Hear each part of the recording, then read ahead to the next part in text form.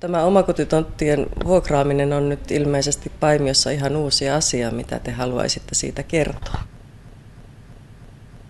Joo, se on tosiaan, Paimiossa on tähän asti vain myynyt omakotitalotontteja. Nyt on tarkoitus ottaa vuokraaminen myös vaihtoehdoksi käyttöön ja siihen on tietysti se perustelu, että tässä meidän ympäristössä naapureillamme tämä vuokraaminen niin Salossa, Kaarinassa, Liedossa kuin Turussakin on käytössä ja todettiin, että meidän on hyvä myös ottaa se käyttöön. Se varmaan voisi ajatella, että helpottaa tontin hankkimista, kun hankkimiskulut selvästi pienentyvät tässä yhteydessä ja uskotaan, että se innostaa omakotitalorakentajia.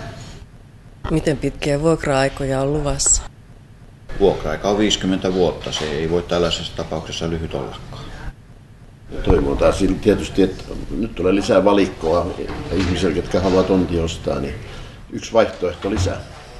Mitä te haluaisitte talousarviosta kertoa, mitä mainitsemisen arvoista siellä on nyt illan kokouksessa käsittelyssä? No, talousarviossa ei nyt mitään järisyttäviä ole. Että se on tommoinen, jos voisi sanoa, että se on vähän elvyttävä, jos ajatellaan investointien suhteen. Nyt päätettiin aloittaa nämä kaikki molempien koulujen, niin Vistan koulun kuin Jokelan koulun remontit. Ne on suuret investoinnit. Kokonaisluokka 8,5 miljoonaa tässä muutaman suunnittelukauden aikana. Ja sen lisäksi se ei ole ainakaan ollut leikkaava.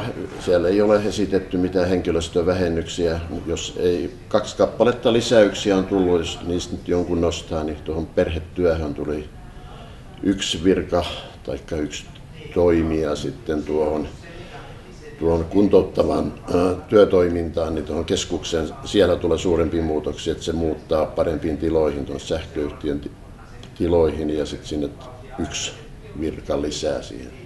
Työpolkuprojekti päättyy ja sinne parkataan 1 henkilö lisää. Muuten se on aika, palveluita ei leikata eikä näin poispäin, että elvyttävä mun mielestä niitä olisi. Keskustelua varmaan jonkun verran syntyy. Kyllähän kokonaisuutenahan tilanne kuntakentällä ja myös Paimiossa on hankala ja vaikeakin ja meidänkin talousarvio on alijäämäinen. Ja kyllä se varmasti tulee päätteissä keskustelua herättämään. Ja ihan oikein on, että herättääkin. Talousarvion lisäksi siellä on esimerkiksi Juliuksentien kaava hyväksyttävänä ja se on taas näitä kaupunkia kehittäviä eteenpäin vieviä suunnitelmia, joilla tarjotaan uusia asumisen mahdollisuuksia uusille ja miksei paimiolaisillekin asukkaille. Juuri noin kuin kaupunginjohtaja sanoo, niin kyllä se budjetti aina jonkun tapaisia intohimoja valtuutetussa ihan oikeutetustikin tietysti pitäisikin keskustella näistä asioista, mutta ei siellä nyt ainakaan ryhmien välisistä tiedoista niin ole mitään tämmöistä erityisasiaa nousemassa pinnalle kuitenkaan.